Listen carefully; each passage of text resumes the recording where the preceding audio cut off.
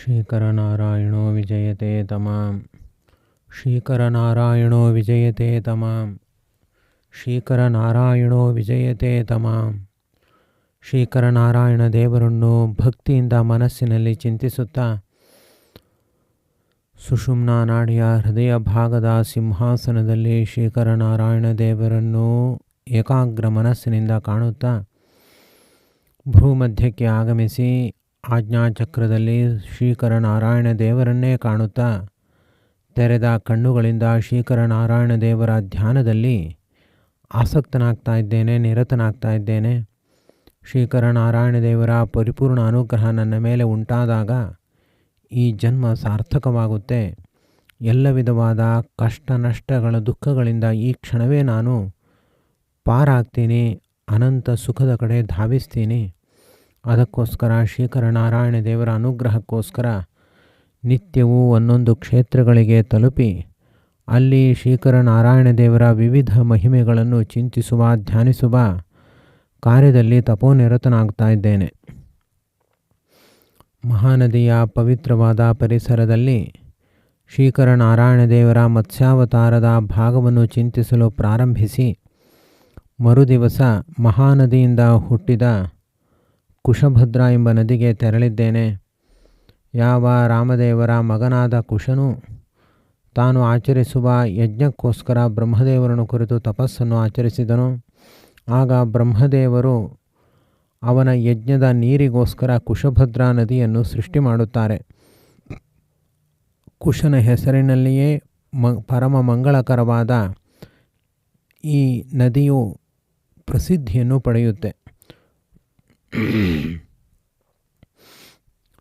ಮಹಾನದಿಯಿಂದ ಜನ್ಮವನ್ನು ತಾಳಿರುವ ಕುಶಭದ್ರಾ ನದಿಯು ಒಡಿಸ್ಸಾ ರಾಜ್ಯದ ಪುರುನಿಯಾ ಬೆಟ್ಟ ಪ್ರದೇಶದಲ್ಲಿ ನದಿಮಾಲೆಯಾಗಿ ಹುಟ್ಟುತ್ತದೆ. ಇದು ಉಪನದಿ ಆದರೂ ಕೂಡ ಬಹಳಷ್ಟು ಮಹತ್ವವನ್ನು ಹೊಂದಿರುವಂತಹ ಶ್ರೇಷ್ಠವಾದ ನದಿಯಾಗಿದೆ. ಪೂರ್ವ ದಿಕ್ಕಿಗೆ ಹರಿಯುವ ಬಂಗಾಳ ಕೊಲ್ಲಿಯಲ್ಲಿ ಹಾಗೂ ಪುರಿ ಜಿಲ್ಲೆಯ ಬ್ರಹ್ಮಗಿರಿ ಮತ್ತು ರಾಘುರಾಜಪುರ ಪ್ರದೇಶಗಳ ಮೂಲಕ ಹರಿದು ಕೋಣಾರ್ಕ ಸಮುದ್ರದಲ್ಲಿ ತನ್ನನ್ನು ತಾನು ಸೇರಿಕೊಳ್ಳುತ್ತದೆ. ಹೀಗೆ ಸಮುದ್ರವನ್ನು ಸೇರುವ ಉಪನದಿ ಆದರೂ ಮಹಾನದಿ ಒಂದು ಕಡೆ ಮಹಾನದಿಯ ಸಂಪರ್ಕ, ಮತ್ತೊಂದು ಕಡೆ ಸಮುದ್ರದ ಸಂಪರ್ಕ ಹಾಗೂ ಜಗನ್ನಾಥನ ಪವಿತ್ರವಾದ ಸಾನ್ನಿಧ್ಯ. ಈ ರೀತಿಯಾಗಿ ಕುಶಭದ್ರಾ ನದಿಯು ಅತ್ಯಂತ ಪಾವಿತ್ರ್ಯವನ್ನು ಹೊಂದಿದೆ. ಕಾರ್ತಿಕ ಮಾಸದಲ್ಲಿ ಇದರ ಸ್ನಾನ ಬಹಳಷ್ಟು ಫಲದಾಯಕವಾಗಿದೆ. ಭವಿಷ್ಯ ಪುರಾಣದಲ್ಲಿ, ಬ್ರಹ್ಮಾಂಡ ಪುರಾಣದಲ್ಲಿ, ಸ್ಕಂದ ಪುರಾಣದಲ್ಲಿ ಇದರ ಉಲ್ಲೇಖವನ್ನು ಕೂಡ ಮಾಡಲಾಗಿದೆ. ಕುಶಭದ್ರಾ ನದಿಯು ಮಹಾನದ್ಯ ಉದ್ಭವ ಭದ್ರಾ ಕುಶಸ್ಯ ತಪಸಾಶ್ರಯ ಸೂರ್ಯಸ್ಯ ಪೂಜಾ ಯೋಗಾರ್ಥಂ ಜನಿತಾ ಭಾಸ್ಕರ ಪ್ರಿಯ ಎಂಬುದಾಗಿ ಹೇಳಿದಂತೆ ಅತ್ಯಂತ ಶ್ರೇಷ್ಠವಾದ ಈ ನದಿಯು ಮಹಾನದಿಯಿಂದ ಉದ್ಭವವಾಗಿದೆ. ಸಮುದ್ರವನ್ನು ಸೇರುವ ಪವಿತ್ರ ನದಿಯಾಗಿದೆ. ಯಾವುದೇ ನದಿ ಸಮುದ್ರವನ್ನು ಸೇರಿದಾಗ ಅದು ತನ್ನ ಸಂಪೂರ್ಣ ಫಲವನ್ನು ಭಕ್ತರಿಗೆ ನೀಡುತ್ತೆ. ಕುಶಭದ್ರಾ ನದಿಯ ಪವಿತ್ರವಾದ ಪರಿಸರದಲ್ಲಿ ಕುಳಿತು ತಪಸ್ಸನ್ನು ಆಚರಿಸುವ ಉದ್ದೇಶದಿಂದ ಮೊದಲು ಕುಶಭದ್ರಾ ನದಿಯಲ್ಲಿ ಮುಳುಗಿ ಶ್ರೀಕರನಾರಾಯಣ ದೇವರನ್ನು ಸ್ಮರಣೆ ಮಾಡುತ್ತಾ ನಾರಾಯಣ ನಾಮಸ್ಮರಣೆಯಲ್ಲಿ ನಿರತನಾಗಿ ಹೇಗೆ ನದಿಯಲ್ಲಿ ಈ ದೇಹ ಮುಳುಗುತ್ತಾ ಇದೆಯೋ ಅದೇ ರೀತಿಯಾಗಿ ನನ್ನ ಆತ್ಮವು ನಾರಾಯಣ ಸ್ಮರಣೆ ಎಂಬ ನದಿಯಲ್ಲಿ ಮುಳುಗುತ್ತಾ ಇದೆ, ಧನ್ಯವಾಗ್ತಾ ಇದೆ. ಈ ದೇಹದಲ್ಲಿ ಅಂಟಿಕೊಂಡ ಪಾಪ ಪಕ್ಷಿಗಳು ಕುಶಭದ್ರಾ ನದಿಯ ಸ್ನಾನದಿಂದ ಹೇಗೆ ಪರಿಹಾರವಾಗ್ತಾ ಇದೆಯೋ ಅದರಂತೆ ಆತ್ಮನಿಗೆ ಅಂಟಿಕೊಂಡ ಎಲ್ಲ ಪಾಪಗಳು ಕೂಡ ನಾರಾಯಣ ಸ್ಮರಣೆ ಎಂಬ ನದಿಯ ಸ್ನಾನದಿಂದ ಪರಿಹಾರವಾಗ್ತಾ ಇದೆ. ಅತ್ಯಂತ ಪೂತಾತ್ಮನಾಗ್ತಾ ಇದ್ದೇನೆ. ಈ ಜೀವನದಲ್ಲಿ ಅನೇಕ ನದಿಗಳ, ಸಮುದ್ರಗಳ ಸ್ನಾನವನ್ನು ಮಾಡುವ ಮೂಲಕ ನನ್ನನ್ನು ನಾನು ಅತ್ಯಂತ ಪವಿತ್ರ ದಮನನ್ನಾಗಿ ಮಾಡಿಕೊಳ್ಳುತ್ತಿದ್ದೇನೆ. ನಿನ್ನೆಯ ದಿವಸ ಮಹಾನದಿಯ ಪರಿಸರದಲ್ಲಿ ಸ್ನಾನವನ್ನು ಆಚರಿಸಿ ಧ್ಯಾನ ಸ್ನಾನವನ್ನು ಮಾಡಿ ಇವತ್ತಿನ ದಿವಸ ಕುಶಭದ್ರಾ ನದಿಯಲ್ಲಿ ಮಿಂದು ಎದ್ದು ನಾರಾಯಣನ ಸ್ಮರಣೆಯ ಜೊತೆಯಲ್ಲಿ ಆ ಶ್ರೀಮನ್ನಾರಾಯಣ ದೇವರ ಸನಿಹದಲ್ಲಿ ಶ್ರೀಮನ್ನಾರಾಯಣ ದೇವರ ಅವತಾರ ಸ್ವರೂಪರಾದ ಮತ್ಸ್ಯಾವತಾರದ ಧ್ಯಾನದಲ್ಲಿ ಆಸಕ್ತನಾಗಲು ಕಾತರನಾಗ್ತಾ ಇದ್ದೇನೆ. ಕುಶಭದ್ರಾ ನದಿಯ ಪವಿತ್ರವಾದ ತಟದಲ್ಲಿ ದರ್ಭೆಯ ಮೇಲೆ ಅಜಿನ ಹಾಗೂ ವಸ್ತ್ರಗಳನ್ನು ಹಾಕಿಕೊಂಡು ಪದ್ಮಾಸನದಲ್ಲಿ ಕುಳಿತು ನೇರವಾಗಿ ಕುಳಿತು ಆ ಸೂರ್ಯಬಿಂಬವನ್ನೇ ನೋಡುತ್ತಾ ಪ್ರಾತಃ ಕಾಲದಲ್ಲಿ ಸೂರ್ಯೋದಯದ ಸಂದರ್ಭದಲ್ಲಿ ಮತ್ಸ್ಯಾವತಾರದ ಚಿಂತನೆಯಲ್ಲಿ ನನ್ನನ್ನು ನಾನು ತೊಡಗಿಸಿಕೊಳ್ತಾ ಇದ್ದೇನೆ. ನೇರವಾದ ದೇಹ, ಸಮತೋಲನವಾದ ಉಸಿರಾಟ, ಆಗಾಗ ಕುಂಭಕ, ಆ ಕುಂಭಕದಲ್ಲಿ ದೇವರ ಸ್ಮರಣೆ, ಏತನ್ಮೂಲಕವಾಗಿ ಜೀವನದ ಸಾರ್ಥಕ್ಯದ ಕ್ಷಣಗಳು. ಅದಕ್ಕಾಗಿ ಪ್ರತಿಯೊಂದು ಉಸಿರುಗಳು ಶ್ರೀಕರನಾರಾಯಣ ದೇವರ ಮಂತ್ರವನ್ನು ಜಪಿಸುವ ಉಸಿರುಗಳು ಹೊರಬಂದು ಒಳಹೋಗುವ ಈ ಸನ್ನಿವೇಶ ನನ್ನ ಜೀವನದ ಮುಕುಟಪ್ರಾಯವಾದ ಸುಕ್ಷಣಗಳು. ಸತ್ಯವ್ರತ ರಾಜ ಅತ್ಯಂತ ಶ್ರದ್ಧಾ ಭಕ್ತಿಗಳಿಂದ ತಪಸ್ಸನ್ನು ಆಚರಣೆ ಮಾಡಿದ್ದಾನೆ. ಅವನ ಭಕ್ತಿಗೆ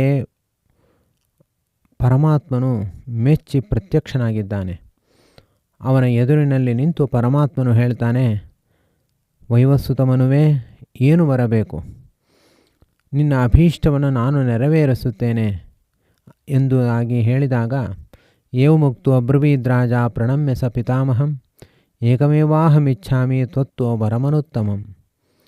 ಆ ಸತ್ಯವ್ರತ ರಾಜ ಉತ್ತರವನ್ನು ಹೇಳ್ತಾನೆ, ಭಗವನ್, ನಾನು ಒಂದು ಉತ್ತಮವಾದ ವರವನ್ನು ನಿನ್ನಿಂದ ಅಪೇಕ್ಷೆ ಪಡ್ತಾ ಇದ್ದೇನೆ.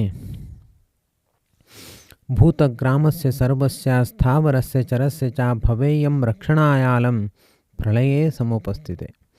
ಚರಾಚರಾತ್ಮಕವಾದ ಈ ಸಮಸ್ತ ಜೀವಕುಲ ಹಾಗೂ ಈ ಎಲ್ಲ ಸಂಕುಲಗಳು ನಾಶವನ್ನು ಹೊಂದುವ ಸ್ಥಿತಿಯನ್ನು ತಲುಪಿವೆ. ಪ್ರಳಯ ಹತ್ತಿರವಾಗ್ತಾ ಇದೆ. ಆ ಸಂದರ್ಭದಲ್ಲಿ ನಾನು ಅವುಗಳನ್ನು ರಕ್ಷಣೆ ಮಾಡಬೇಕು. ಅಂಥ ಶಕ್ತಿಯನ್ನು ನೀನು ನನಗೆ ದಯಪಾಲಿಸಬೇಕು. ಹೀಗೆ ಪರಮಾತ್ಮನ ಬಳಿ ವರವನ್ನು ಕೇಳಿದಾಗ ನಾರಾಯಣ ದೇವರು ಏವಮಸ್ತ್ವೀತಿ ವಿಶ್ವಾತ್ಮ ತತ್ರೈವಾಂತರಧೀಯತ, ಹಾಗೇ ಆಗಲಿ ತಥಾಸ್ತು ಎಂಬ ವರವನ್ನು ನೀಡಿ ಅದೃಶ್ಯನಾಗಿದ್ದಾನೆ. ಸತ್ಯವ್ರತನ ತಪಸ್ಸು ಅಲ್ಲಿಗೆ ಮುಕ್ತಾಯವಾಗಿದೆ. ಎಲ್ಲ ದೇವತೆಗಳಿಗೆ ಅತ್ಯಂತ ಸಂತೋಷವಾಗಿದೆ. ಗಗನ ಮಾರ್ಗದಿಂದ ಎಲ್ಲರೂ ಕೂಡ ಪುಷ್ಪವೃಷ್ಟಿಯನ್ನು ಮಾಡಿದ್ದಾರೆ. ಸತ್ಯವ್ರತನ ಸಂತೋಷಕ್ಕೆ ಪಾರವೇ ಇಲ್ಲದಂತಾಗಿದೆ. ಅಮಿತವಾದ ಆನಂದ, ಅಮಿತವಾದ ಉತ್ಸಾಹ, ಪರಮೋಲ್ಲಾಸಗಳಿಂದ ಆ ಸತ್ಯವ್ರತ ರಾಜ ಮುಂದಿನ ದಿನಗಳನ್ನು ಕಳೆಯಲು ಉದ್ಯುಕ್ತನಾಗ್ತಾ ಇದ್ದಾನೆ. ಆದರೆ ತನ್ನ ಋಷಿ ಜೀವನದಲ್ಲಿ ಅತ್ಯಾನಂದವನ್ನು ಅನುಭವಿಸಿದ ಅವನು ಆ ಋಷಿ ಜೀವನದಲ್ಲೇ ಮುಳುಗಿದ್ದಾನೆ. ಚೀರಿಣಿ ನದಿ ಅದೊಂದು ಅದ್ಭುತವಾದ ನದಿ. ಮತ್ಸ್ಯಾವತಾರಕ್ಕೆ ಕಾರಣೀಭೂತವಾದ ನದಿಯ ಹೆಸರು ಚೀರಿಣಿ ನದಿ. ಆ ದಿವಸ ಪ್ರಾತಃ ಕಾಲದಲ್ಲಿ ಜಟಾಧಾರಿಯಾದ ಸತ್ಯವ್ರತನು ಆಹ್ನಿಕವನ್ನು ಸಂಧ್ಯಾವಂದನೆಯನ್ನು ಮಾಡ್ತಾ ಇದ್ದಾನೆ. ತನ್ನ ವಿಸ್ತಾರವಾದ ಬೊಗಸೆಯಲ್ಲಿ ಸೂರ್ಯಾರ್ಘ್ಯವನ್ನು ನೀಡುತ್ತಿದ್ದಾನೆ. ಓ ಸೂರ್ಯನಾರಾಯಣ ದೇವನೇ, ಇದೋ ನಿನಗೆ ಪರಿಶುದ್ಧವಾದ ಅರ್ಘ್ಯ ಎಂಬ ಭಾವನೆಯಿಂದ ಚೀರಿಣಿ ನದಿಯ ನೀರನ್ನು ತೆಗೆದುಕೊಂಡು 2 ಕೈಗಳನ್ನು ಮೇಲೆತ್ತಿ ಸೂರ್ಯಾರ್ಘ್ಯವನ್ನು ಕೊಡಲು ಉದ್ಯುಕ್ತನಾಗ್ತಾ ಇದ್ದಾನೆ. ಆಗ ಆ ನದಿಯಲ್ಲಿ ಇದ್ದ ಒಂದು ಪುಟ್ಟ ಮೀನು ಬೆಳ್ಳಿಯ ಸೆಲಕಿನಂತೆ ಮಿಂಚುತ್ತಾ ಅವನ ಬೊಗಸೆಯನ್ನು ಸೇರಿಕೊಂಡಿದೆ. ಮತ್ಸ್ಯಾವತಾರ ಪ್ರಾಪ್ತವಾಗಿದೆ. ಸೂರ್ಯೋದಯದ ಸುಸಂದರ್ಭದಲ್ಲಿ ಆ ಸತ್ಯವ್ರತರಾಜನ ಬೊಗಸೆಯಲ್ಲಿ ಪುಟ್ಟದಾದ, ಅತ್ಯಂತ 1 ಇಂಚಿಗಿಂತಲೂ ಕೂಡ ಸಣ್ಣದಾದ ಆ ಬಂಗಾರದ ಕಾಂತಿಯನ್ನು ಮೀರಿಸುವಂತಹ ಕಾಂತಿಯುಳ್ಳ ಪರಮಾತ್ಮನ ಮತ್ಸ್ಯಾವತಾರದಿಂದ ಪ್ರಕಟನಾಗಿದ್ದಾನೆ. ರಾಜನಿಗೆ ಕೈಯಲ್ಲಿ ಮೀನು ಬಂತು. ಇದನ್ನು ಅರ್ಘ್ಯ ಕೊಡಬಾರದು, ಇದು ಅರ್ಘ್ಯಕ್ಕೆ ಯೋಗವಲ್ಲ ಅಂತ ತಿಳಿದು ಆ ನೀರನ್ನು ಹಾಗೆಯೇ ಚೀರಿಣಿ ನದಿಯಲ್ಲಿಯೇ ಚೆಲ್ಲಿ ಪುನಃ ಮತ್ತೊಂದು ಬಾರಿ ಅರ್ಘ್ಯವನ್ನು ನೀಡಲು ನೀರನ್ನು ತೆಗೆದುಕೊಂಡಿದ್ದಾನೆ. ಶಫರಿ ಎಂಬ ಜಾತಿಯ ಮೀನನ್ನು ಆ ಪರಮಾತ್ಮನು ನದಿಗೆ ಹಾಕಿದಾಗ ಪುನಃ ಅರ್ಘ್ಯವನ್ನು ತೆಗೆದುಕೊಳ್ಳಲು ಯಾವಾಗ ನೀರನ್ನು ಬೊಗಸೆಲೆ ತೆಗೆದುಕೊಳ್ಳುತ್ತಾನೋ ಅದೇ ಬೆಳ್ಳಿಯ ಸೆಲಕಿನ ಮತ್ಸ್ಯ ಪುನಃ ಅವನ ಬೊಗಸೆಯನ್ನು ಸೇರುತ್ತದೆ. ಆ ಮೀನಿನ ಸೌಂದರ್ಯವನ್ನು ಕಂಡು ಪರಮ ವಿಸ್ಮಿತನಾಗಿ ನಿಂತು ಬಿಡುತ್ತಾನೆ ಸತ್ಯವ್ರತ ರಾಜ. ಆಗ ಆ ಮೀನು ಪುಟ್ಟದಾಗಿದ್ದರೂ ಕೂಡ ರಾಜನ ಭಾಷೆಯಲ್ಲಿ, ಮಾನವ ಭಾಷೆಯಲ್ಲಿ ಮಾತನಾಡಲಿಕ್ಕೆ ಪ್ರಾರಂಭ ಮಾಡಿದೆ. ರಾಜನ್, ನನ್ನನ್ನು ಪುನಃ ನದಿಯಲ್ಲಿ ಹಾಕಬೇಡ. ನಿನಗೆ ಮತ್ಸ್ಯನ್ಯಾಯ ತಿಳಿದಿದೆ. ನೀನು ಒಂದು ವೇಳೆ ನದಿಯಲ್ಲೇ ನನ್ನನ್ನು ಹಾಕಿದ್ರೆ ದುರ್ಬಲನಾದ ನನ್ನನ್ನು ಪ್ರಬಲವಾದ ಮೀನುಗಳು ತಿಂದು ಬಿಡುತ್ತವೆ. ಈ ನೀರಿನ ಲೋಕದ ರೀತಿ ನೀತಿ ನಿನಗೆ ಗೊತ್ತಿಲ್ಲ. ಪುಟ್ಟ ಪುಟ್ಟ ಮೀನುಗಳನ್ನು ದೊಡ್ಡ ಮೀನುಗಳು ನುಂಗಿಕೊಂಡು ಬದುಕುತ್ತವೆ. ಇದು ಕಂಠಕ ಲೋಕ. ಇದಕ್ಕೆ ಪುನಃ ನನ್ನನ್ನು ಹಾಕಬೇಡ. ನನ್ನನ್ನು ಬೇರೆ ಸ್ಥಳಕ್ಕೆ ಕರೆದುಕೊಂಡು ಹೋಗಿ ನನಗೆ ರಕ್ಷಣೆಯನ್ನು ನೀಡು. ನಾನು ದೊಡ್ಡ ಮೀನುಗಳಿಂದ ಭಯಪಟ್ಟಿದ್ದೇನೆ. ದುರ್ಬಲಂ ಬಲವಂತೋ ಹಿ ಮತ್ಸ್ಯಂ ವಿಶೇಷತಃ ಆಸ್ವದಂತಿ ಸದಾವೃತ್ತಿ ವಿಹಿತಾದಿ ಸನಾತನಿ. ಇದು ಮತ್ಸ್ಯನ್ಯಾಯ. ಇದು ಸನಾತನ ಕಾಲದಿಂದ ಹೀಗೆ ನಡೆದುಕೊಂಡು ಬಂದಿದೆ. ಈ ಭಯವೆಂಬ ಘೋರ ಸಮುದ್ರದಲ್ಲಿ ನಾನು ಮುಳುಗಿ ಹೋಗಿದ್ದೇನೆ. ಈ ಅತ್ಯಂತ ಚಿಕ್ಕ ಜಂತುವಾದ ನನ್ನನ್ನು ರಕ್ಷಣೆ ಮಾಡಲಿಕ್ಕೆ ನಿನಗಾಗಲ್ವಾ? ಉದಾಸೀನ ಮಾಡಬೇಡ. ನೀನು ಮಾಡುವ ಸಣ್ಣ ಉಪಕಾರಕ್ಕೆ ಮುಂದಿನ ಕಾಲದಲ್ಲಿ ನಾನು ನಿನಗೆ ಪ್ರತ್ಯುಪಕಾರ ಮಾಡೇ ಮಾಡ್ತೀನಿ. ನನಗೆ ಆಶ್ರಯವನ್ನು ನೀಡು. ಶರಣ್ಯರನ್ನು ರಕ್ಷಿಸುವ ನಿನ್ನ ಕೀರ್ತಿ ಆಚಂದ್ರಾರ್ಕ ಬೆಳಗುತ್ತೆ ಅಂತ ಆ ಪುಟ್ಟ ಮೀನು ಮಾನವ ಭಾಷೆಯಲ್ಲಿ ಮಾತನಾಡ್ತಾ ಇದೆ. ರಾಜನಿಗೆ ಬಹಳ ಆಶ್ಚರ್ಯ. ಆ ಮೀನಿನ ಮೇಲೆ ಪ್ರೀತಿ ಎಲ್ಲವೂ ಕೂಡ ಉಂಟಾಗಿದೆ. ಅವನು ಕೌತುಕಭರಿತನಾಗ್ತಾನೆ. ಮತ್ಸ್ಯದ ಮಾತುಗಳು ಅವನ ಮನದಾಳಕ್ಕೆ ಮುಟ್ಟುತ್ತೆ.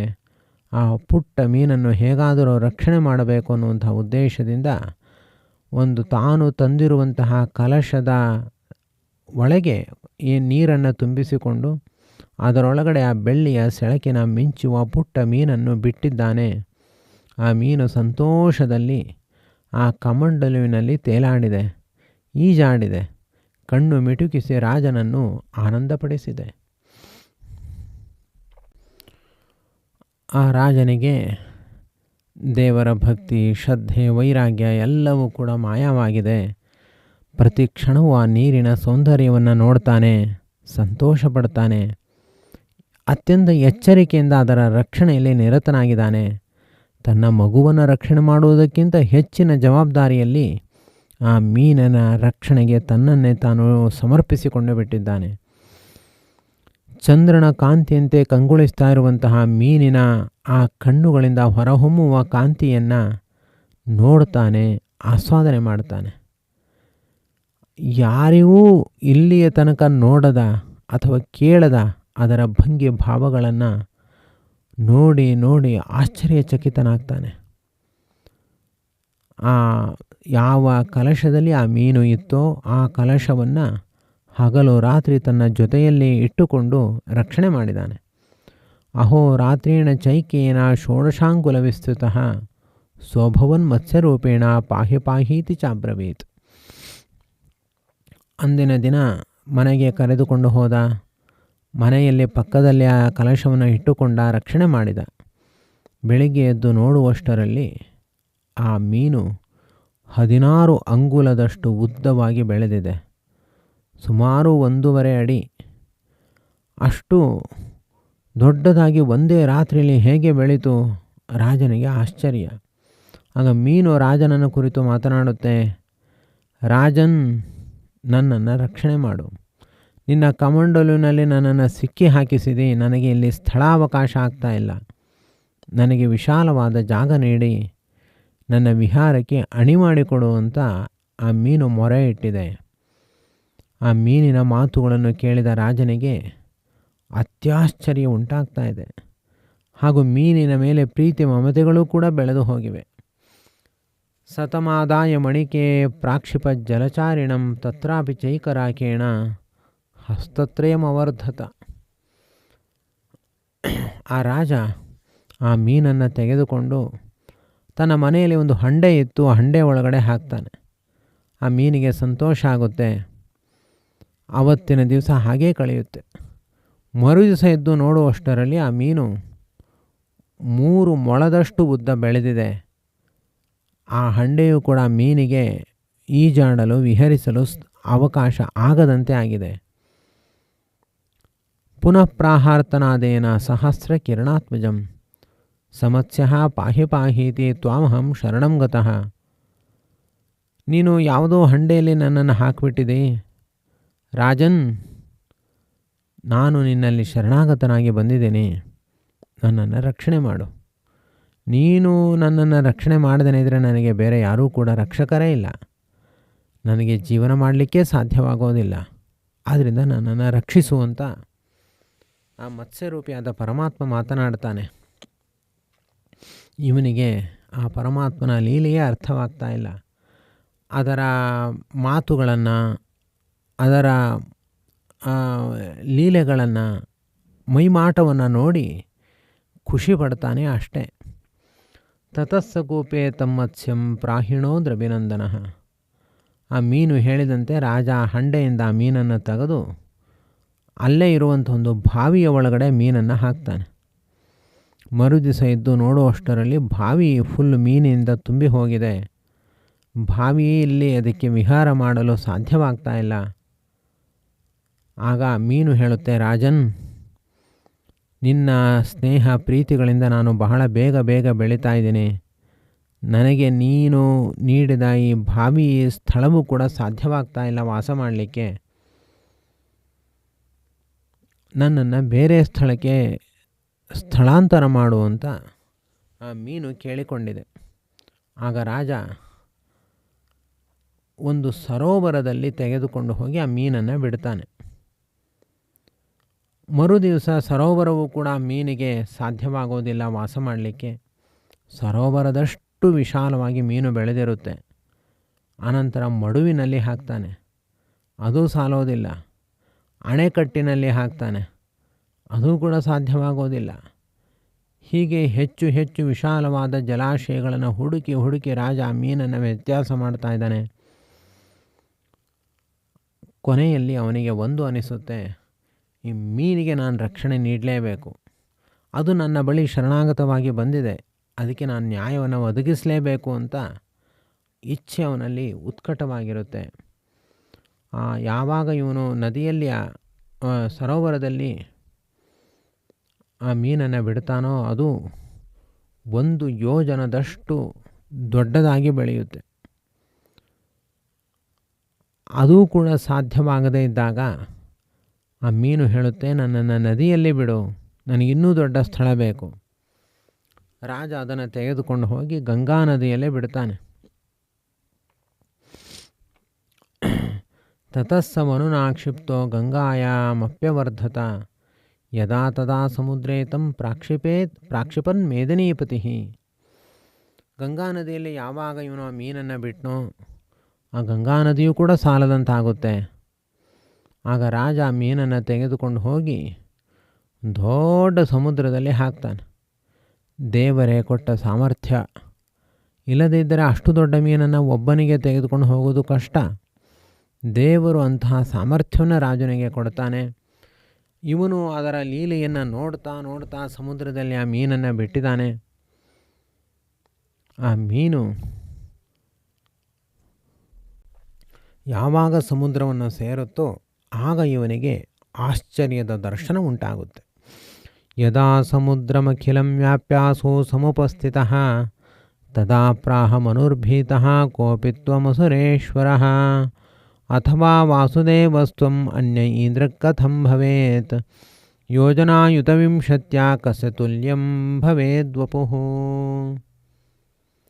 ಸಮುದ್ರದಲ್ಲಿ ಬಿಟ್ಟ ಸ್ವಲ್ಪ ಹೊತ್ತಿನಲ್ಲೇ ಮೀನು ಸಮಗ್ರ ಸಮುದ್ರವನ್ನೇ ವ್ಯಾಪಿಸಿಬಿಟ್ಟಿದೆ. ಆ ರಾಜನಿಗೆ ಸಮುದ್ರವೇ ಕಾಣಿಸ್ತಾ ಇಲ್ಲ, ಎಲ್ಲಿ ನೋಡಿದರಲ್ಲಿ ಆ ಮೀನೇ ಕಾಣಿಸ್ತಾ ಇದೆ.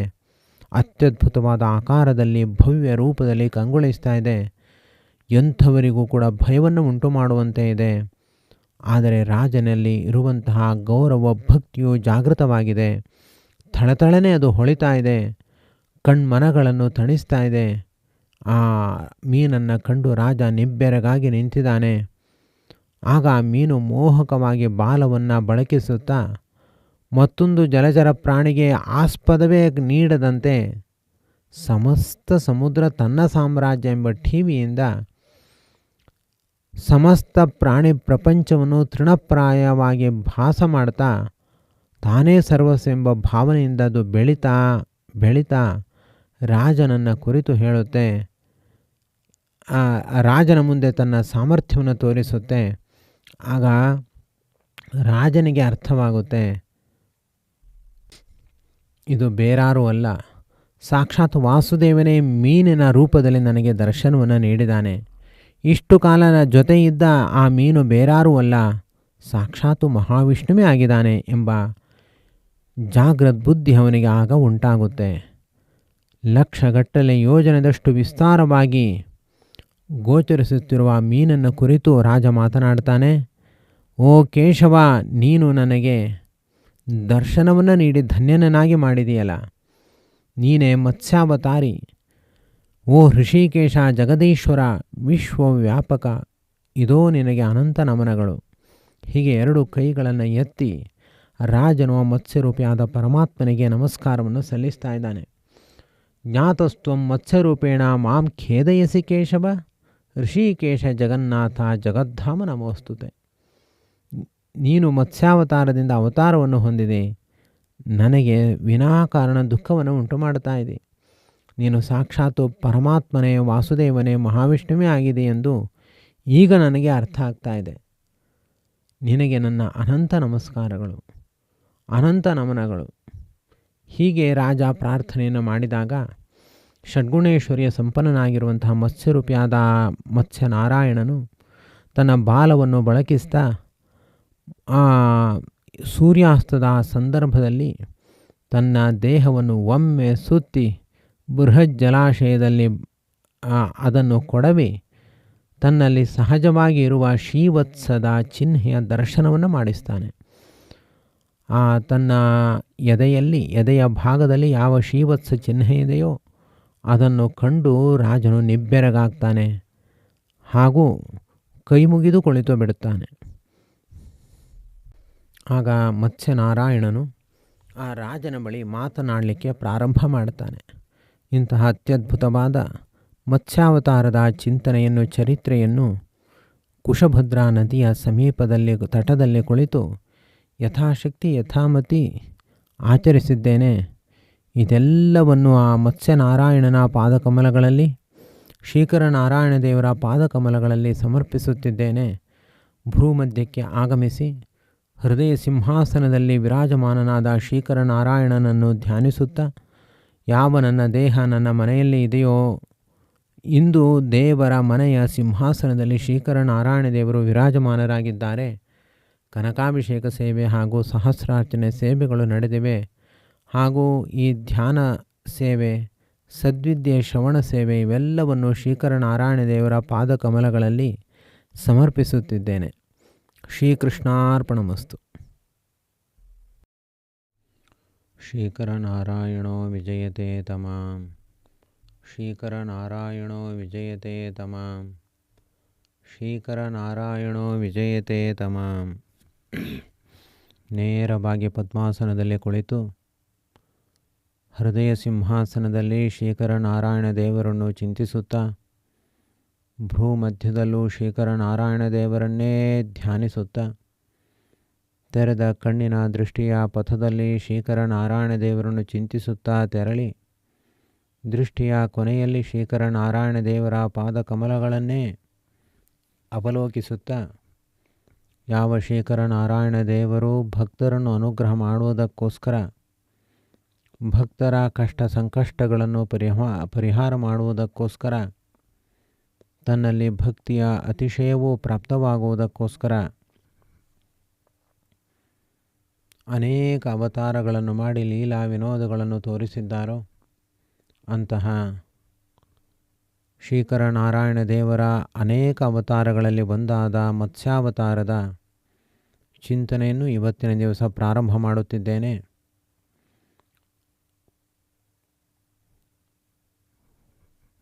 ಕುಶಭದ್ರಾ ನದಿಯಿಂದ ಮುಂದೆ ಮುಂದೆ ಸಾಗುತ್ತಾ ಏಕಾಂಬ್ರ ಕ್ಷೇತ್ರವೆಂದೇ ಪ್ರಸಿದ್ಧವಾದ ಭುವನೇಶ್ವರ ಕ್ಷೇತ್ರಕ್ಕೆ ಆಗಮಿಸಿದ್ದೇನೆ. ಸಮಗ್ರ ಭೂಮಂಡಲದಲ್ಲಿ ಅತ್ಯಂತ ಸಂತೋಷದಿಂದ ನೆಲೆಸಿರುವ ರುದ್ರದೇವರ ಕ್ಷೇತ್ರವೇ ಭುವನೇಶ್ವರ ಕ್ಷೇತ್ರ. ತ್ರಿಪುರಾಸುರರನ್ನು ರುದ್ರದೇವರು ಸಂಹಾರ ಮಾಡುತ್ತಾರೆ.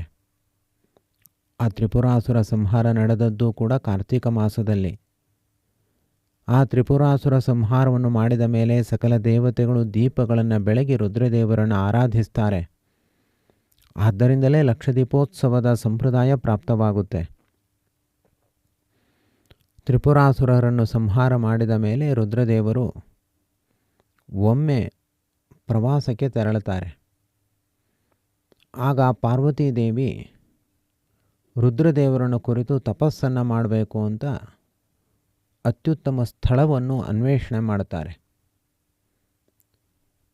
ಏಕಾಂಬ್ರ ಕ್ಷೇತ್ರ ಅವರಿಗೆ ಭಾರಿ ಇಷ್ಟ ಆಗುತ್ತೆ. ಅದುವೇ ಭುವನೇಶ್ವರ ಕ್ಷೇತ್ರ. ಪಾರ್ವತೀದೇವಿ ತಪಸ್ಸನ್ನು ಮಾಡಿ ಅತ್ಯಂತ ಇಷ್ಟಪಟ್ಟ ಕ್ಷೇತ್ರ. ಅವರು ತಪಸ್ಸನ್ನು ಮಾಡುವ ಸಂದರ್ಭದಲ್ಲಿ ಶ್ವೇತಾಸುರ ಎಂಬ ರಾಕ್ಷಸ ಅವರ ತಪಸ್ಸಿಗೆ ವಿಘ್ನವನ್ನು ಉಂಟು ಮಾಡುತ್ತಾನೆ. ಆಗ ಶ್ವೇತಾಸುರನನ್ನು ಸಂಹಾರ ಮಾಡುವುದಕ್ಕೋಸ್ಕರ ರುದ್ರದೇವರೇ ಅಲ್ಲಿಗೆ ಆಗಮಿಸ್ತಾರೆ. ಅವನನ್ನು ಸಂಹಾರ ಮಾಡುತ್ತಾರೆ. ಶ್ವೇತಾಸುರನನ್ನು ಸಂಹಾರ ಮಾಡಿ ಪಾರ್ವತೀದೇವಿಯ ಜೊತೆ ಅತ್ಯಂತ ಸಂತೋಷದಿಂದ ಅಲ್ಲಿ ಸನ್ನಿಹಿತರಾಗ್ತಾರೆ. ಭುವನ ಮೋಹಕವಾದ ರೂಪವನ್ನು ತಾಳಿ ಅಲ್ಲಿ ನೆಲೆಸ್ತಾರೆ. ಆದ್ದರಿಂದಲೇ ಅದಕ್ಕೆ ಭುವನೇಶ್ವರ ಎಂಬ ಹೆಸರು ಬರುತ್ತೆ. ಭುವನೇಶ್ವರ ಕ್ಷೇತ್ರದಲ್ಲಿ ರುದ್ರದೇವರ ಸನಿಹದಲ್ಲಿ ಕುಳಿತು ಭಗವಂತನ ಮತ್ಸ್ಯಾವತಾರದ ಚಿಂತನೆಯನ್ನು ಇವತ್ತು ನಡೆಸ್ತಾ ಇದ್ದೇನೆ. ಒಂದೇ ಕಡೆ ಕುಳಿತು ದೇವರ ಧ್ಯಾನವನ್ನು ಮಾಡುವುದಕ್ಕಿಂತ ಇಂಥ ಶ್ರೇಷ್ಠವಾದ ಕ್ಷೇತ್ರಗಳಿಗೆ ತೆರಳಿ ದೇವರ ಧ್ಯಾನವನ್ನು ಮಾಡುವುದರಿಂದ ಅಧಿಕಪಟ್ಟು ಪುಣ್ಯವು ಪ್ರಾಪ್ತವಾಗುತ್ತೆ, ದೇವರ ಅನುಗ್ರಹ ಉಂಟಾಗುತ್ತೆ. ಭುವನೇಶ್ವರ ಕ್ಷೇತ್ರದಲ್ಲಿ ಭುವನೇಶ್ವರನ ಎದುರಿನಲ್ಲಿ ಪದ್ಮಾಸನದಲ್ಲಿ ಕುಳಿತು ಇವತ್ತಿನ ಧ್ಯಾನವನ್ನು ಪ್ರಾರಂಭ ಮಾಡುತ್ತಿದ್ದೇನೆ. ರುದ್ರದೇವರ ಹೃದಯ ಪಾರ್ವತಿಯ ವಿಷಯದಲ್ಲಿ ಅತ್ಯಂತ ಪ್ರಸನ್ನವಾಗಿದೆ. ಆ ಪ್ರಸನ್ನ ಚಿತ್ತರಾದ ರುದ್ರದೇವರ ಹೃದಯದಲ್ಲಿ ಹನುಮಂತ ದೇವರು ಕಂಗೊಳಿಸ್ತಾ ಇದ್ದಾರೆ. ಆ ಹನುಮಂತ ದೇವರ ಹೃದಯ ಕಮಲದಲ್ಲಿ ಮತ್ಸ್ಯನಾದ ಶ್ರೀಕರ ನಾರಾಯಣ ದೇವರನ್ನು ಚಿಂತಿಸುತ್ತಾ ರುದ್ರದೇವರ ಹೃದಯ ಕಮಲದಲ್ಲಿ ಮತ್ಸ್ಯಾವತಾರವನ್ನು ಚಿಂತಿಸ್ತಾ ನಾನು ಧನ್ಯನಾಗುವ ಕ್ಷಣವೂ ಪ್ರಾಪ್ತವಾಗಿದೆ.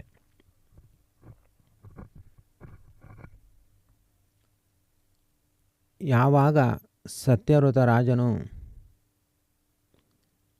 ಆ ಮತ್ಸ್ಯರೂಪಿಯಾದ ಪರಮಾತ್ಮನನ್ನು ಕಣ್ಣಾರೆ ಕಂಡು ಧನ್ಯನಾದನು, ಆ ಮತ್ಸ್ಯರೂಪಿಯಾದ ಪರಮಾತ್ಮನ ವಕ್ಷಸ್ಥಳದಲ್ಲಿರುವ ಶ್ರೀವತ್ಸ ಚಿಹ್ನೆಯನ್ನು ನೋಡಿ ಆನಂದ ಪುಳುಕಿತನಾದನು. ಆಗ ಆ ಶ್ರೀವತ್ಸ ಚಿಹ್ನೆಯನ್ನು ಹೊಂದಿರುವಂತಹ ಮತ್ಸ್ಯನಾರಾಯಣನು ರಾಜನನ್ನು ಕುರಿತು ಅನುಗ್ರಹದ ಮಾತುಗಳನ್ನು ಹೇಳಲಿಕ್ಕೆ ಪ್ರಾರಂಭ ಮಾಡಿದ್ದಾನೆ. ಭಕ್ತಾಗ್ರೇಸರನೇ, ನಿನ್ನ ಭಕ್ತಿಗೆ ನಾನು ಪ್ರಸನ್ನನಾಗಿದ್ದೇನೆ. ನೀನು ಹಿಂದೆ ಅಖಂಡವಾದ ತಪಸ್ಸನ್ನು ಮಾಡಿದ್ದಿ. ಹೊಸ ಮನ್ವಂತರಕ್ಕೆ ನಾನು ಕಾರಣನಾಗಬೇಕು ಎಂಬ ವರವನ್ನು ಕೂಡ ಕೇಳಿದ್ದಿ. ನಾನು ತಥಾಸ್ತು ಎಂಬುದಾಗಿ ವರವನ್ನು ನೀಡಿದ್ದೆ. ಅದೇ ಪ್ರಕಾರದಲ್ಲಿ ಈಗ ಈ ಚಾಕ್ಷುಷ ಮನ್ವಂತರದ ಸಮಾಪ್ತಿ ಪ್ರಾಪ್ತವಾಗಿದೆ. ಇನ್ನು ಕೇವಲ 7 ದಿವಸಗಳಲ್ಲಿ ಈ ಜಗತ್ತಿನ ಆಯುಷ್ಯ ಮುಗಿದು ಹೋಗುತ್ತೆ. ಎಲ್ಲೆಡೆಯೂ ಕೂಡ ಜಲಪ್ರವಾಹ. ಆ ಜಲಪ್ರವಾಹಕ್ಕೆ ಈ ಭೂಮಿಯಲ್ಲಿರುವ ಎಲ್ಲ ಭೂತಗಳು ಪ್ರಾಣಿಗಳು ಕೊಚ್ಚಿ ಹೋಗುತ್ತವೆ. ಆಮೇಲೆ ಮುಂದಿನ ಮನ್ವಂತರ ಪ್ರಾರಂಭ ಆಗುತ್ತೆ. ಆ ಮುಂದಿನ ಮನ್ವಂತರವನ್ನು ಪ್ರಾರಂಭ ಮಾಡುವ ಹೊಣೆಗಾರಿಕೆಯನ್ನು ಇಂದು ನಾನು ನಿನಗೆ ನೀಡ್ತಾ ಇದ್ದೀನಿ. ನಾನು ಹೇಳಿದಂತೆ ನೀನು ಮಾಡಬೇಕು. ನಿನ್ನಲ್ಲಿ ನನ್ನ ಸನ್ನಿಧಾನ ಇರುತ್ತೆ, ಭಯಪಡಬೇಡ. ಪ್ರಳಯ ಕಾಲದಲ್ಲಿ ಸೂರ್ಯ ಅತ್ಯಂತ ಕೆಂಪುದಾಗಿ ಹುಟ್ಟುತ್ತಾನೆ. ಅವನ ಕಿರಣಗಳು ಎಲ್ಲವನ್ನು ಕೂಡ ಸುಟ್ಟು ಬಿಡುವಂತೆ ಅತ್ಯಂತ ತೀವ್ರವಾಗಿರುತ್ತೆ. ಆ ಬಿಸಿಲಿಗೆ ಎಲ್ಲ ಪ್ರಾಣಿಗಳು ನಿರ್ವೀರ್ಯವಾಗಿ ಹೋಗುತ್ತವೆ, ನದಿಗಳು ಕೂಡ ಬತ್ತಿ ಹೋಗುತ್ತವೆ. ಸಮುದ್ರದಲ್ಲಿರುವ ಒಡವಾಗ್ನಿ ಉಗ್ರ ರೂಪವನ್ನು ತಾಳಿ ಸಮುದ್ರದಿಂದ ನೀರಿನಂತೆ ಚಿಮ್ಮಿ ಹೊರಗೆ ಬರುತ್ತೆ. ಪಾತಾಳ ಲೋಕದಲ್ಲಿರುವ ಸಂಕರ್ಷಣನ ಶೇಷನ ಮುಖದಿಂದ ವಿಷಾಗ್ನಿ ಎಲ್ಲೆಡೆಯೂ ಕೂಡ ಪಸರಿಸುತ್ತೆ. ಮಹಾರುದ್ರದೇವನ ಮೂರನೆಯ ಕಣ್ಣಿನಿಂದ ಬೆಂಕಿ ಹೊರಗೆ ಬಂದು ಎಲ್ಲ ಲೋಕಗಳನ್ನು ಸುಟ್ಟು ಭಸ್ಮ ಮಾಡುತ್ತೆ. ಸಮಸ್ತ ಪ್ರಾಣಿ ಪ್ರಪಂಚ ಕ್ಷೋಭೆಗೆ ಒಳಗಾಗುತ್ತೆ. ಒಟ್ಟು ಈ ಸಮಗ್ರ ಭೂಮಂಡಲದಲ್ಲಿರುವ ಸಕಲ ಚರಾಚರಗಳು ಭಸ್ಮವಾಗಿ ಹೋಗುತ್ತವೆ ಮತ್ತು ಪ್ರವಾಹದಲ್ಲಿ ಕೊಚ್ಚಿ ಹೋಗುತ್ತವೆ. ಆಕಾಶ ಹಗೆಯಿಂದ ಬೆಂದು ಹೋಗುತ್ತೆ. ಸಮಸ್ತ ಜಗತ್ತು ಹೀಗೆ ನಾಶವಾಗುತ್ತೆ.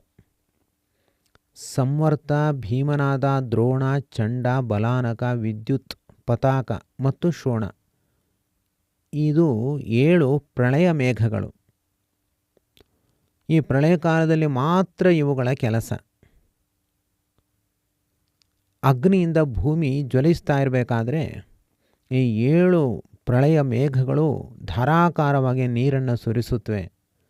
ಆಗ ಭೂಮಿಯ ಮೇಲೆ ಧಗೆ ಎಂದು ಉರಿತಾ ಇರುವಂತಹ ಅಗ್ನಿ ಶಾಂತವಾಗುತ್ತೆ, ಜಲ ಉಕ್ಕುತ್ತೆ. ಸಮುದ್ರಗಳೆಲ್ಲವೂ ಕೂಡ ಉಲ್ಲೋಲ ಕಲ್ಲೋಲವಾಗುತ್ತವೆ.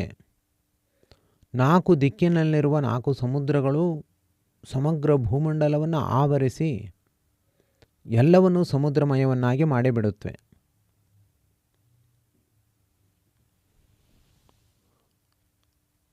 ಆದರೆ ಬೇರೆ ಲೋಕಗಳು ನಾಶವಾಗೋದಿಲ್ಲ. ಸೂರ್ಯ ಚಂದ್ರರಿಗೆ ನಾಶವಿಲ್ಲ. ಮಾರ್ಕಂಡೇಯ ಋಷಿಗಳಿಗೂ ಕೂಡ ನಾಶವಿಲ್ಲ. ವೇದಗಳು, ಪುರಾಣಗಳು ಇವುಗಳಿಗೂ ಕೂಡ ನಾಶವಿಲ್ಲ. ಅವಾಂತರ ಪ್ರಳಯ ಇದು ಮಹಾಪ್ರಳಯ ಅಲ್ಲ. ಅದರಿಂದ ಅವೆಲ್ಲವೂ ಕೂಡ ನಿನ್ನ ಜೊತೆಯಲ್ಲಿ ಹಾಗೆ ಉಳಿಯುತ್ತವೆ. ಮುಂದಿನ ಮನ್ವಂತರದಲ್ಲಿ ನೀನು ಮನು ಆಗ್ತಿ, ಸಂಪೂರ್ಣ ಅಧಿಕಾರ ನಿನಗೆ ದೊರಕುತ್ತೆ. ಈ ಜಲಪ್ರವಾಹದಲ್ಲಿ ನಾನೇ ಬಂದು ನಿನ್ನನ್ನು ರಕ್ಷಣೆ ಮಾಡ್ತೀನಿ. ನೌರಿಯಂ ಸರ್ವದೇವಾನಾಂ ನಿಕಾಯೇನ ವಿನಿರ್ಮಿತ ಮಹಾಜೀವ ನಿಕಾಯಶ್ಚ ರಕ್ಷಣಾರ್ಥಂ ಮಹೀಪತೆ. ಸಮಸ್ತ ದೇವತಾ ಪ್ರಪಂಚವು ಈ ಜೀವರಾಶಿಗಳನ್ನು ರಕ್ಷಣೆ ಮಾಡುವುದಕ್ಕೋಸ್ಕರ ಒಂದು ದೋಣಿಯನ್ನು ನಿರ್ಮಾಣ ಮಾಡ್ತಿದ್ದಾರೆ. ಆ ದೋಣಿ ಬೇರೇನೂ ಅಲ್ಲ, ಸಮಗ್ರ ಭೂಮಂಡಲದ ಪ್ರತೀಕವಾಗಿದೆ. ನಿನ್ನ ಎದುರಿನಲ್ಲಿ ಆ ದೋಣಿ ಬಂದು ನಿಲ್ಲುತ್ತೆ. ಆಗ ನೀನು ಹತ್ತಿ ಅದರೊಳಗಡೆ ಕೂತ್ಕೊಳ್ಬೇಕು. ಮತ್ತು ಸ್ವೇದಜ, ಅಂಡಜ, ಉದ್ಭಿಜ, ಜೀವಜ, ಜರಾಯುಜ ಅಂತ ಇವು ಪ್ರಾಣಿಗಳ ಪ್ರಭೇದಗಳು. ಇವುಗಳ ಒಂದೊಂದು ತಳಿಯನ್ನು ನೀನು ಅದರಲ್ಲಿ ಸಂಗ್ರಹಿಸಿ ಇಟ್ಕೊಳ್ಬೇಕು. ಮತ್ತು ಆ ದೋಣಿಯಲ್ಲಿ 7 ಋಷಿಗಳು ದೇವಲೋಕದಿಂದ ಬಂದಿರ್ತಾರೆ. ಅವರು ಆ ದೋಣಿಯಲ್ಲಿ ಕೂತಿರ್ತಾರೆ. ಅವರು ನಿನಗೆ ಆಶ್ರಯವನ್ನು ನೀಡುತ್ತಾರೆ. ಆ ನೀರಿನ ರಭಸದಲ್ಲಿ ದೋಣಿ ತೇಲಿ ಹೋಗ್ತಾ ಇರುತ್ತೆ. ನೀನು ಆ ದೋಣಿಯನ್ನು ಹಗ್ಗದಿಂದ ಕಟ್ಟಿ ಒಂದು ಕಡೆ ಇಡಬೇಕು. ಆಗ ಹಗ್ಗ ಎಲ್ಲಿ ಸಿಗುತ್ತೆ ಅಂತ ನಿನಗೆ ಗೊಂದಲ ಆಗುತ್ತೆ. ಭೂಮಿಯನ್ನು ಹೊತ್ತುಕೊಂಡಿರುವಂತಹ ಶೇಷದೇವರು ಹಗ್ಗವಾಗಿ ಬರ್ತಾರೆ. ಆ ಶೇಷದೇವರನ್ನು ಉಪಯೋಗಿಸಿಕೊಂಡು ಆ ಭೂಮಂಡಲದ ಪ್ರತೀಕವಾಗಿರುವಂತಹ ದೋಣಿಯನ್ನು ಕಟ್ಟಬೇಕು. ನಿನಗೆ ಅಂಥ ಶಕ್ತಿ ಬರುತ್ತೆ. ಆ ಪ್ರಳಯೋದಧಿಯಲ್ಲಿ ಆ ದೋಣಿ ಕೊಚ್ಚಿ ಹೋಗುವಂತಹ ಸಂದರ್ಭದಲ್ಲಿ ಆ ದೋಣಿಯನ್ನು ಕಟ್ಟುವಾಗ ನಾನು ನಿನಗೆ ಮಹಾಮತ್ಸ್ಯ ರೂಪದಿಂದ ದರ್ಶನ ನೀಡ್ತೀನಿ. ಆ ಹಗ್ಗವನ್ನು ಎಲ್ಲಿಗೆ ಕಟ್ಟಬೇಕು?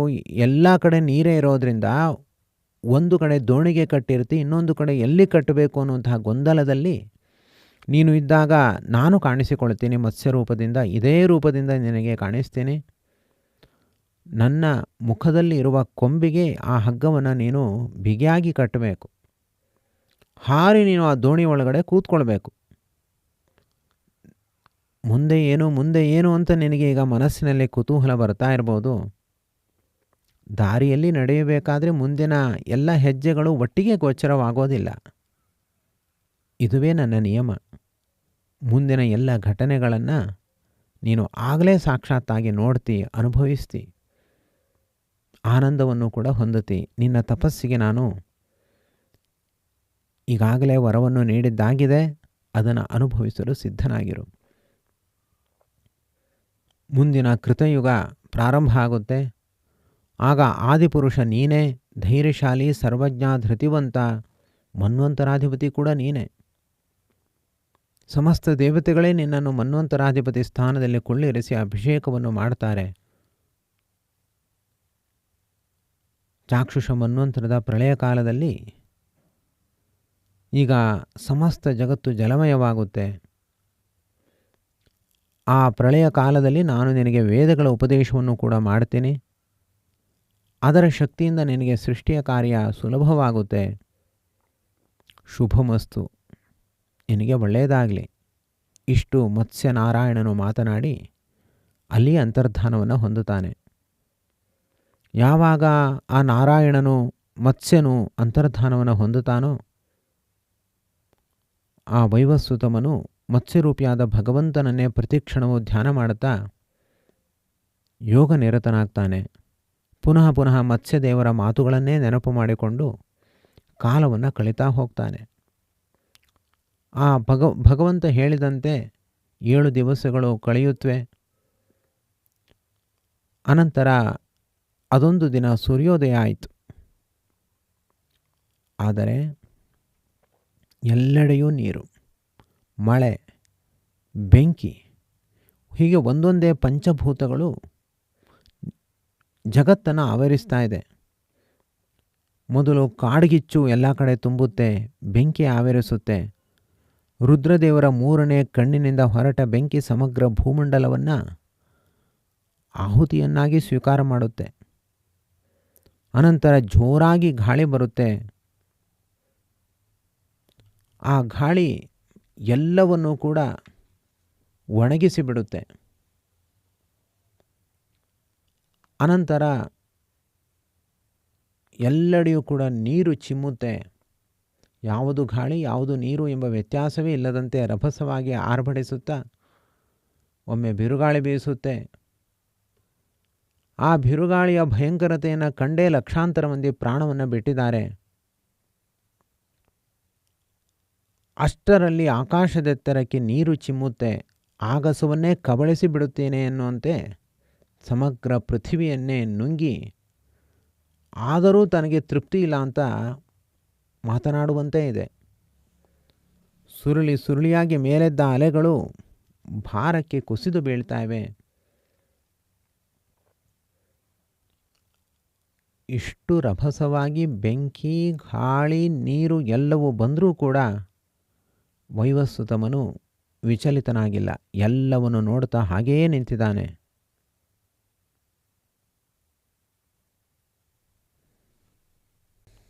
ಅವನು ಯಾವ ರಾಜಧಾನಿಗೆ ರಾಜನಾಗಿದ್ನೋ ಆ ಎಲ್ಲ ಭಾಗಗಳು ಸತ್ಯವ್ರತನ ಕ್ಷೇತ್ರ, ಅವನು ತಪಸ್ಸು ಮಾಡಿದ ಕೃತಮಾಲಾ ನದಿ ಎಲ್ಲವೂ ಕೂಡ ನಾಶವಾಗಿವೆ. ಅವನು ಕಟ್ಟಿದ ಗುಡಿ ಗೋಪುರಗಳು, ಅರಮನೆ ಬೀದಿಗಳು ಎಲ್ಲವೂ ಕೂಡ ನೀರು ಪಾಲಾಗಿವೆ. ಎಲ್ಲೆಡೆಯೂ ಕೂಡ ನೀರು ಆವರಿಸ್ತಾ ಇದೆ. ಈ ಬೆಂಕಿ, ಗಾಳಿ ಹಾಗೂ ನೀರುಗಳ ಆರ್ಭಟದಿಂದ ಆ ಸತ್ಯವ್ರತ ಮನ್ವಂತರದ ಪ್ರಳಯವನ್ನು ನೇರವಾಗಿ ನೋಡ್ತಾ ಇದ್ದಾನೆ, ಅನುಭವಿಸ್ತಾ ಇದ್ದಾನೆ. ಈ ಪ್ರಕೃತಿಯ ವಿಕೋಪವನ್ನು ಕಂಡು ಅಧೀರನಾಗಿದ್ದಾನೆ. ಮುಂದೇನು, ಇನ್ನು ನನಗೆ ಉಳಿಗಾಲವಿಲ್ಲ ಅಂತ ಗಾಬರಿಯಲ್ಲಿ ಇದ್ದ ಕ್ಷಣದಲ್ಲಿ ಇದ್ದಕ್ಕಿದ್ದಂತೆ ಅವನ ಎದುರಿನಲ್ಲಿ ಒಂದು ದೋಣಿ ಪ್ರತ್ಯಕ್ಷವಾಗಿದೆ. ಈ ದೋಣಿ ನನಗೆ ಆಶಯ, ದೋಣಿಯ ಮೇಲೆ ನಾನು ಹತ್ತಬೇಕು, ಈ ದೋಣಿಯನ್ನು ಹೇಗೆ ಹಿಡಿಯಲಿ ಅನ್ನುವಷ್ಟರಲ್ಲಿ ಶೇಷದೇವರು ಹಗ್ಗದ ರೂಪದಿಂದ ಅಲ್ಲಿ ಕಾಣಿಸಿಕೊಂಡಿದ್ದಾರೆ. ಪರಮಾತ್ಮನ ಅಪ್ಪಣೆ ಮಾಡಿದಂತೆ ಧರ್ಮಜ್ಞನಾದ ಆ ಸತ್ಯವ್ರತ ರಾಜ ಯೋಗ ಪ್ರಭಾವದಿಂದ ಹಿಂದಿನ ಮನ್ವಂತರದಲ್ಲಿ ಇದ್ದ ಸಕಲ ಜೀವರಾಶಿಗಳ ಒಂದೊಂದು ತಳಿಯನ್ನು ಆಕರ್ಷಣೆ ಮಾಡ್ತಾನೆ. ಪ್ರತಿಯೊಂದು ವಸ್ತುಗಳ ಒಂದು ಮೂಲ ರೂಪವನ್ನು ಹಿಡಿದು ಸಂಗ್ರಹ ಮಾಡಿ ಇಟ್ಟುಕೊಂಡು ದೋಣಿಯಲ್ಲಿ ಅದನ್ನು ಇಡಲು ಸಿದ್ಧನಾಗಿದ್ದಾನೆ. ಸರ್ಪರೂಪದ ಹಗ್ಗವನ್ನು ನಾವೆಗೆ ಬಿಗಿದಿದ್ದಾನೆ. ಆ ಬೃಹತ್ತಾದ ದೋಣಿಯಲ್ಲಿ ಸಪ್ತ ಋಷಿಗಳನ್ನು ಕಾಣ್ತಾ ಇದ್ದಾನೆ. ಅತ್ರಿ ಋಷಿಗಳು, ಭೃಗು ಋಷಿಗಳು, ಪುಲಹರು, ಪುಲಸ್ತ್ಯರು, ವಸಿಷ್ಠರು, ಅಂಗೀರಸರು, ಕಶ್ಯಪ ಋಷಿಗಳು. ಕಾಶ್ಯಪ ಋಷಿಗಳು ಅವರೆಲ್ಲರೂ ಕೂಡ ಹಸನ್ಮುಖರಾಗಿ ಸತ್ಯವ್ರತ ರಾಜನೇ ಆಗಮಿಸು, ನಿನಗೆ ಶುಭವಾಗಲಿ ಎಂಬುದಾಗಿ ಹೇಳ್ತಾ ಇದ್ದಾರೆ. ಸಪ್ತ ಋಷಿಗಳಿಗೆ ವೈವಸ್ವತಮನು ಭಕ್ತಿಯಿಂದ ನಮಸ್ಕಾರವನ್ನು ಸಲ್ಲಿಸಿ ಆ ನಾವೆಯನ್ನು ಎಲ್ಲಿ ಕಟ್ಟಲಿ ಅಂತ ನಿರೀಕ್ಷೆ ಮಾಡ್ತಾ ಇದ್ದಾನೆ ರಾಜ. ಆ ಸತ್ಯವ್ರತ ರಾಜ ಅಧೀರನಾಗಿದ್ದನ್ನು ಕಂಡು ಎಲ್ಲ ಋಷಿಮುನಿಗಳು, ವೈವಸ್ವತನೇ ಅಧೀರನಾಗಬೇಡ, ಹೊಸ ಯುಗದ ಉದಯ ನಿನ್ನಿಂದ ಆಗಬೇಕು ಎಂಬುದು ದೇವರ ಚಿತ್ತ, ನಿನಗೆ ಮಾರ್ಗದರ್ಶನ ನೀಡುವುದಕ್ಕಾಗಿ ನಾವು ಭಗವಂತನ ಆಜ್ಞೆಯಿಂದ ಆಗಮಿಸಿದ್ದೀವಿ ಅಂತ ಅವರು ಹೇಳುವ ಸಂದರ್ಭದಲ್ಲಿ ಸಮುದ್ರ ಒಂದೆಡೆ ದಟ್ಟವಾಗಿ ಉಕ್ಕುತ್ತಾ ದೋಣಿಯನ್ನು ನುಂಗಲು ಆಕ್ರಮಣ ಮಾಡಿ ಬರ್ತಾ ಇದೆ. ಇನ್ನೇನು ದೋಣಿ, ಸತ್ಯವ್ರತ ರಾಜ ಎಲ್ಲರೂ ಕೂಡ ಮುಳುಗಿ ಹೋಗುವ ಪ್ರಸಂಗದಲ್ಲಿ ಸತ್ಯವ್ರತ ರಾಜ ತನ್ನ ಪ್ರಾಣವೇ ಹೋಯಿತು ಅನ್ನುವಂತಹ ಗಾಬರಿಯಲ್ಲಿ ಇದ್ದಾಗ ಆ ಪ್ರವಾಹಕ್ಕಿಂತಲೂ ವೇಗವಾಗಿ ಮತ್ಸ್ಯ ಪರಮಾತ್ಮನು, ಮತ್ಸ್ಯರೂಪಿಯಾದ ನಾರಾಯಣನು ಗೋಚರನಾಗಿದ್ದಾನೆ. ಹಿಂದೆ ಮತ್ಸ್ಯರೂಪಿಯಾದ ಪರಮಾತ್ಮ ಹೇಗೆ ಅಪ್ಪಣೆಯನ್ನು ಮಾಡಿದ್ದನೋ ಅದೇ ರೀತಿಯಾಗಿ ಈ ಸತ್ಯವ್ರತ ರಾಜನು ಆ ಕ್ಷಣದಲ್ಲಿ ಹಗ್ಗವನ್ನು ತೆಗೆದುಕೊಂಡು ಆ ಮತ್ಸ್ಯನ ಕೊಂಬಿಗೆ ದೋಣಿಯನ್ನು ಕಟ್ಟಿದ್ದಾನೆ.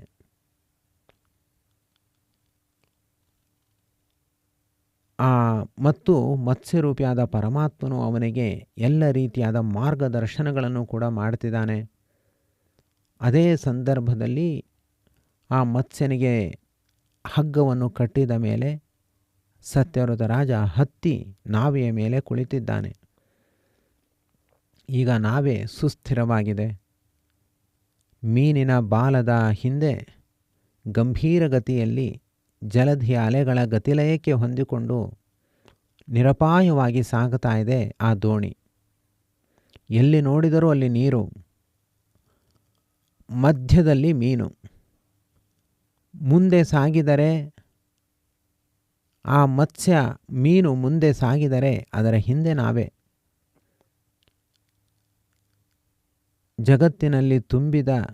ಜಗತ್ತಿನಲ್ಲಿ ಎಲ್ಲೆಡೆಯೂ ಕೂಡ ನೀರು ತುಂಬಿ ಹೋಗಿದೆ. ಮುಗಿಲೆತ್ತಿರಕ್ಕೆ ನೀರು ಚಿಮ್ಮಿತಾ ಇದೆ. ಆದರೂ ಕೂಡ ನಾವೆಯನ್ನು ಮುಳುಗಿಸಲಿಕ್ಕೆ 4 ಸಮುದ್ರಗಳಿಗೂ ಸಾಧ್ಯವಾಗ್ತಾ ಇಲ್ಲ. 4 ಸಮುದ್ರಗಳ ನೀರು ಅತ್ಯಂತ ವೇಗವಾಗಿ ನಾವೆಯನ್ನು ತಿಂದು ಬಿಡಲು ಆಗಮಿಸ್ತಾ ಇವೆ. ಆದರೂ ಕೂಡ ನಾವೆಯನ್ನು ಮುಳುಗಿಸಲು, ಅದನ್ನು ಉಲ್ಲೋಲ ಕಲ್ಲೋಲ ಮಾಡಲು ಸಾಧ್ಯವಾಗ್ತಾ ಇಲ್ಲ ಆ ಸಮುದ್ರಗಳಿಗೆ. ಇದೆಲ್ಲವೂ ಕೂಡ ಮತ್ಸ್ಯರೂಪಿಯಾದ ಪರಮಾತ್ಮನ ಲೀಲೆ ಎಂದು ಆ ಸತ್ಯವ್ರತ ರಾಜನು ಕಣ್ಣಾರೆ ಕಂಡು ಆಶ್ಚರ್ಯಚಕಿತನಾಗಿದ್ದಾನೆ.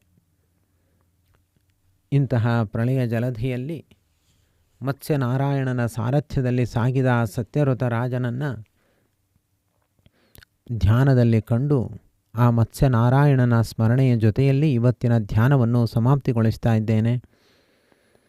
ಶ್ರೀಕರ ನಾರಾಯಣ ದೇವರು ಇದೇ ಮತ್ಸ್ಯನಾಗಿ ಆ ಸತ್ಯವ್ರತ ರಾಜನನ್ನು ಉದ್ಧಾರ ಮಾಡಿದಂತೆ ನನ್ನನ್ನು ಕೂಡ ಈ ಸಂಸಾರ ಸಾಗರದಿಂದ ಉದ್ಧರಿಸಲಿ ಎಂದು ಪ್ರಾರ್ಥಿಸ್ತಾ, ಆ ಶ್ರೀಕರ ನಾರಾಯಣ ದೇವರ ಪಾದ ಕಮಲಗಳನ್ನೇ ಚಿಂತಿಸುತ್ತಾ ಭ್ರೂಮಧ್ಯಕ್ಕೆ ಆಗಮಿಸಿ ಗರುಡ ಪಕ್ಷಿ ಮೇಲೆ ಕುಳಿತಿರುವ ಶ್ರೀಕರ ನಾರಾಯಣ ದೇವರನ್ನು ಅವಲೋಕಿಸುತ್ತಾ ಹೃದಯಕ್ಕೆ ಆಗಮಿಸಿ ಅಲ್ಲಿ ಸ್ವರ್ಣ ಸಿಂಹಾಸನದಲ್ಲಿ ಕುಳಿತಿರುವ ಶ್ರೀಕರ ನಾರಾಯಣ ದೇವರನ್ನು ಕಂಡು ಧನ್ಯನಾಗಿ ಯಾವ ನನ್ನ ಈ ಮನೆಯಲ್ಲಿ ದೇಹವಿದೆಯೋ ನನ್ನ ಮನೆಯ ದೇವರ ಮಂಟಪದಲ್ಲಿ ಶ್ರೀಕರ ನಾರಾಯಣ ದೇವರು ವಿರಾಜಮಾನರಾಗಿದ್ದಾರೆ. ಅವರಿಗೆ ಇವತ್ತಿನ ದಿವಸದ ಈ ಧ್ಯಾನ ಕುಸುಮವನ್ನು ಸಮರ್ಪಿಸಿ ಇವತ್ತಿನ ದಿವಸದ ಸಹಸ್ರಾರ್ಚನೆ ಹಾಗೂ ಕನಕಾಭಿಷೇಕ ಸೇವೆಗಳನ್ನೂ ಕೂಡ ಅವರಿಗೆ ಸಮರ್ಪಿಸಿ ಧನ್ಯನಾಗುತ್ತಿದ್ದೇನೆ. ಶ್ರೀಕೃಷ್ಣಾರ್ಪಣಮಸ್ತು.